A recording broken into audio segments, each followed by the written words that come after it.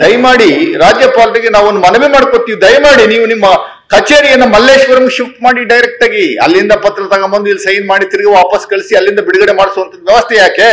ನೀವೇ ಬಿಜೆಪಿ ಕಚೇರಿಯಲ್ಲಿ ಕೂತ್ಕೊಂಡು ಕಾರ್ಯನಿರ್ವಹಿಸಿ ಅನ್ನುವಂಥದ್ದು ನಮ್ಮ ಸ್ಪಷ್ಟ ಸಂದೇಶ.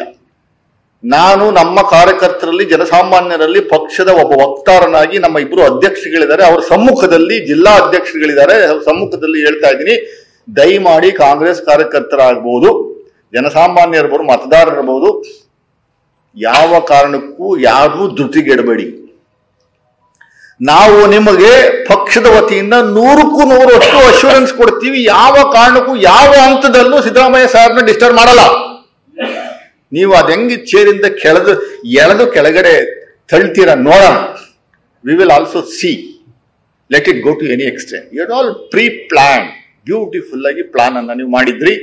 ಆ ಪ್ಲಾನ್ಗೆ, ಆ ಕುಣಿಕೆ ಎಣೆಯುವಂತ ಕೆಲಸಕ್ಕೆ ಸಿದ್ದರಾಮಯ್ಯನವರಿಗೆ ತಾತ್ಕಾಲಿಕವಾಗಿ ಸ್ವಲ್ಪ ಹಿನ್ನಡೆ ಆಗಿರಬಹುದು. ಇವತ್ತು ಆ ಹಿನ್ನಡೆಗೆ ಮುಂದಿನ ದಿನಗಳಲ್ಲಿ ಸತ್ಯಮೇವೇ ಜಯತೆ, ಸತ್ಯ ಜೈತೆ ಜಯಿಸೇ ಜಯಿಸುತ್ತೆ, ಸತ್ಯ ಜಯಿಸುತ್ತೆ.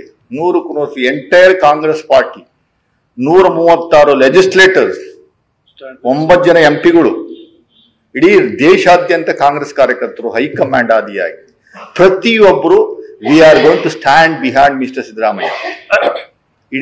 It is a very open statement we are making from Congress party. ನಮ್ಮ ಹೈಕಮಾಂಡ್ ಮಾಡುತ್ತೆ.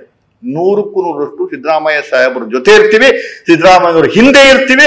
ಸಿದ್ದರಾಮಯ್ಯವ್ರ ನಾಯಕತ್ವದ ಅಡಿಯಲ್ಲಿಯೇ 2028 ಚುನಾವಣೆ, 2028 ಚುನಾವಣೆನೂ ಫೇಸ್ ಮಾಡ್ತೀವಿ. ಸಿದ್ದರಾಮಯ್ಯ ಸಾಹೇಬರು, ಡಿ ಕೆ ಶಿವಕುಮಾರ್ ಸಾಹೇಬರ ನೇತೃತ್ವದಲ್ಲಿ ಮತ್ತೆ 2028 ಅಸೆಂಬ್ಲಿ ಚುನಾವಣೆನೂ ಫೇಸ್ ಮಾಡ್ತೀವಿ. ವಿಜಯೇಂದ್ರ ಅವರೇ, ನೀವು ರಿಯಾಕ್ಷನ್ ನಾನು ನೋಡಿದೆ, ತೀರ್ಪು ಬಂದ ತಕ್ಷಣ ರಿಯಾಕ್ಷನ್, ಓಹೋ ಅಂದ್ರೆ ತೀರ್ಪು ಕಾಪಿ ಮುಂಚೆನೆ ಸಿಕ್ಕಿತ್ತ ನಿಮ್ಗೆ? 11:45ಗೆ ರಿಯಾಕ್ಟ್ ಮಾಡ್ತೀರಿ. ಆ ತೀರ್ಪು ಕಾಪಿ ನಿಮ್ಗೆ ಮುಂಚೆನೆ ಸಿಕ್ಕಿತ್ತ ವಿಜಯೇಂದ್ರ ಅವರೇ? ನಿಮ್ಮ ಯೋಗ್ಯತೆ ಏನು? ನೀವು ಎಷ್ಟು ಆಸ್ತಿಗಳನ್ನ ಮಾಡಿದ್ದೀರಿ? 10,000 ಕೋಟಿ ಆಸ್ತಿನ ತಗೊಂಡೋಗಿ ನೀವು ಬೇರೆ ಸ್ವಿಸ್ ಬ್ಯಾಂಕ್ ಅಲ್ಲಿ, ಮಾರಿಷಿಯಸ್ ಬ್ಯಾಂಕ್ ಅಲ್ಲಿ ಇಟ್ಟಿರುವಂತದಕ್ಕೆ ನಿಮ್ಮ ಬಿಜೆಪಿ, ನಿಮ್ಮ ಹೈಕಮಾಂಡ್ಗೆ ಪತ್ರವನ್ನ ಬರೆದಿರುವಂತದ್ದು ನಾವು ಕಾಣ್ತಾ ಇದ್ದೀವಿ. ಅದ್ರ ಮೇಲೆ ಯಾಕೆ ತನಿಖೆ ಆಗ್ತಾ ಇಲ್ಲ? ಅದ್ರ ಮೇಲೆ ಯಾಕೆ ಬಿಜೆಪಿಯವರಿಗೆ, ರಾಜ್ಯಪಾಲರಿಗೆ ತನಿಖೆ ಮಾಡಬೇಕು ಅನ್ನುವಂಥದ್ದು ಸಾಮಾನ್ಯ ಜ್ಞಾನ ಬರುವಂಥದ್ದು ಬೇಡವೇ? ನೀವು ಸಂವಿಧಾನದ ಎಡ್ಡ ಇಲ್ಲ ಬಿಜೆಪಿ ಏಜೆಂಟ್ ಅನ್ನುವಂಥದ್ದು ದಯಮಾಡಿ ತಿಳಿಸಿ. Z+ ಸೆಕ್ಯೂರಿಟಿ ಬೇರೆ ಇಟ್ಕೊಂಡಿದ್ದೀರಿ. Z+ ಸೆಕ್ಯೂರಿಟಿ ಯಾಕೆ? ನಿಮ್ಮನ್ನ ಯಾರ ಶೂಟ್ ಮಾಡಕ್ ಬಂದಿದ್ರಾ, ಏನಾದ್ರು ಮಾಡಕ್ ಬಂದಿದ್ರಾ ಅನ್ನುವಂಥದ್ದು ದಯಮಾಡಿ ಹೇಳ್ಬೇಕು. ಇದು ದುರಂತ. ನಮ್ಮ ರಾಜ್ಯಕ್ಕೆ ಇಂಥ ಗವರ್ನರ್ಗಳನ್ನ ಕಳಿಸುವಂತ ಕೆಲಸವನ್ನ ಮಾಡ್ತಾ ಇದ್ದಾರೆ ಬಿಜೆಪಿಯವರು.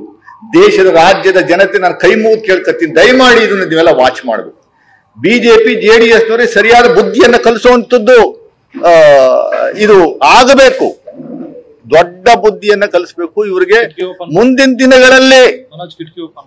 ದಿನಗಳಲ್ಲಿ ಎಲ್ಲಾ ಚುನಾವಣೆನಲ್ಲೂ ಇವ್ರನ್ನ ಔಟ್ರೈಟ್ ಸೋಲಿಸುವಂತ ಕೆಲಸವನ್ನ ಮಾಡಿದ್ರೆ ಮಾತ್ರ ರಾಜ್ಯದ ಅಳಿವು ಉಳಿವು ಪ್ರಶ್ನೆ ಮತ್ತೆ ನಿಮ್ಮ ಅಳಿವು ಉಳಿವಿನ ಪ್ರಶ್ನೆ.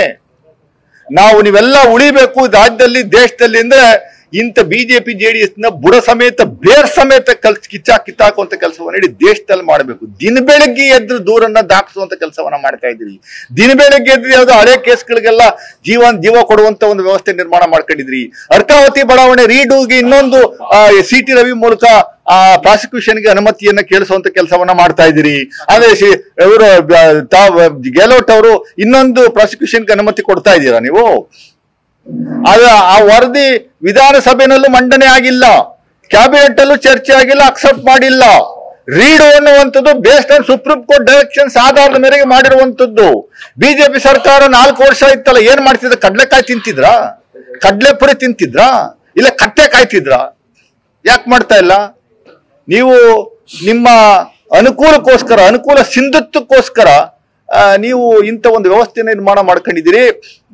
ನಾನು ನೇರವಾಗಿ ಹೇಳ್ತಾ ಇದ್ದೀನಿ, ಬಿಜೆಪಿ JDSನವರು 100% ನಮ್ಮ ಕರ್ನಾಟಕ ರಾಜ್ಯದ ಜನತೆಯ ವಿರುದ್ಧವಾಗಿದ್ದಾರೆ.